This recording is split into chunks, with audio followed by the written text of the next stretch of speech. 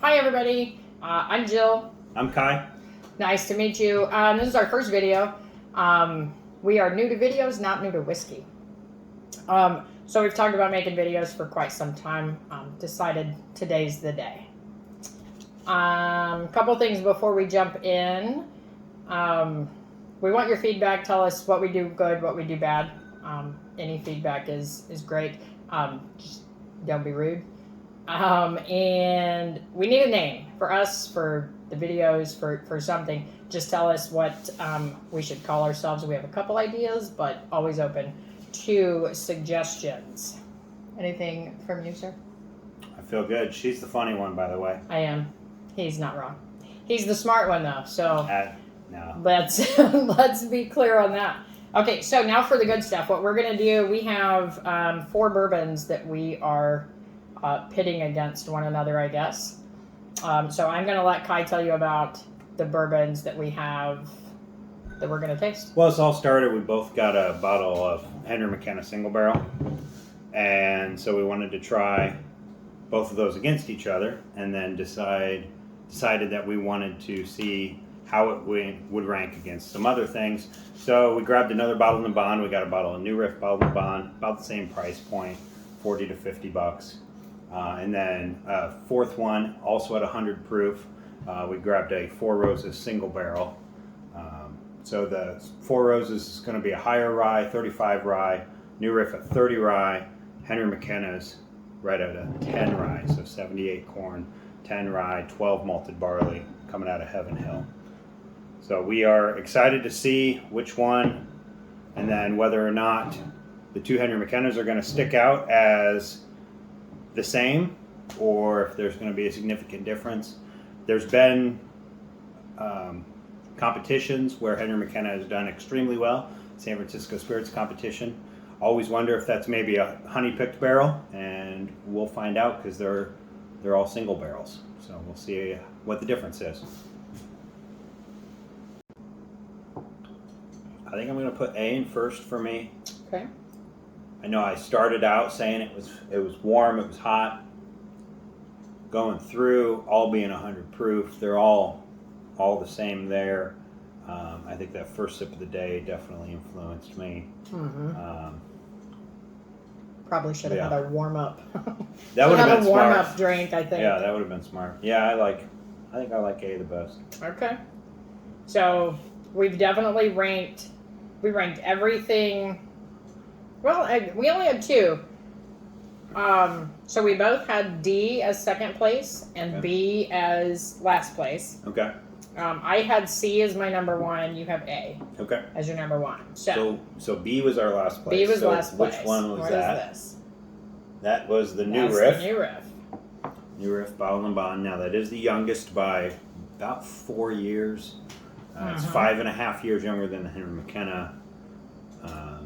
So that could be why. Yeah. Could be why it's not. So we've done a lot of tastings together, and we've found a few things. I have zero predictability. Sometimes I like high proof, sometimes I don't. Sometimes I like old, sometimes I don't. I'm all over the map. Kai tends to be a, for lack of a better term, a proof whore. All right. Or an All age whore. That's not so it's a little true. So we did 3 blinds in a row with all different age stuff, and I picked it from oldest to Always youngest. pick the oldest first. So he's definitely But these are close at 10, 10, and about 9. right. So All right. So B was our last place. We both picked D as second place. Do we want to Sure. check that one out? that is that a was- Henry McKenna. That was your Henry McKenna. Yeah. So bottle 10956, barreled on 6/15/11. So the only difference between our McKennas, obviously they're single barrels, but they were barreled. They're 63. They're 63 barrels apart and Right. 6 days apart. Barreled 6 days apart. So super interesting. Obviously, Buffalo Trace doesn't release. Never mind. Heaven Hill That's the one. doesn't release everything that they do specifically. That's what I wanted to say. But 6 days they barreled 63 different barrels. So about 10 barrels a day of Henry McKenna. And I would assume that they're dumping them all right at 10 years, trying to keep up with demand as it is. So at about 10 a day, about 200 bottles per barrel, it's around about, especially when they're proofing it down to 100. So they're doing about 2,000 bottles a day.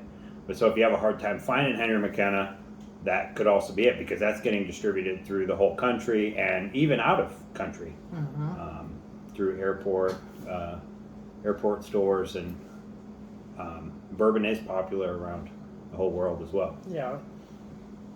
So now I picked C as my favorite. Okay, so what was that? Let's see what C was.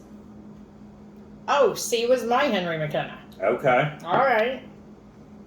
So that was mine. And so that leaves A. Yep. Which is the Four Roses. So I picked Four Roses as first, and then the 2 Henry McKennas, and then the New Riff. Yep. And I had both Henry McKennas at top, And then Four Roses, and New Riff. So super interesting. And that was my first bottle of Four Roses that I got. I'm sure I had tasted some of his before. But this is the first one I bought, and I love it singularly by itself. And we've talked about this before. Sometimes when you put things that you really, really love in with other things, they just don't come out on top. But I think it depends what you put it with. I thought the New Riff was really good when I tasted it by itself. Even in this blind, for me, it wasn't a far last.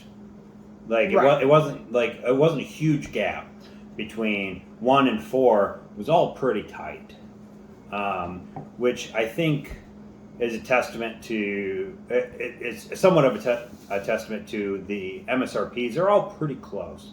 I mean, we weren't trying a $100 MSRP bottle, even though sometimes we'll see Henry McKenna like that on the shelf, to $20 bottles of whiskey.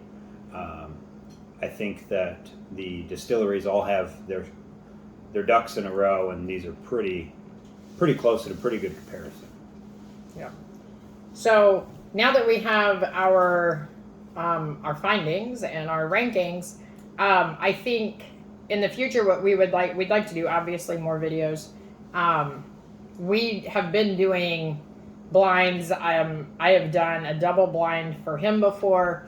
I literally pulled out like 4 random bottles and just poured them to see which ones he liked best. And they ranked, I mean, they were from super expensive to really cheap and high proof and low proof. Like, it was just all over the board. Yeah.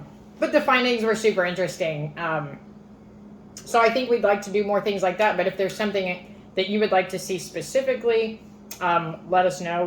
I think between the two of us, we have a pretty decent selection of bourbon and whiskey. Definitely. So if there's anything that you want to see, let us know. Moral of the story on the Henry McKennas: the barrels are slightly different. They are. We each put them in a different order, a different one ahead of the other, but we each put the Henry McKennas right next to each other. Yep.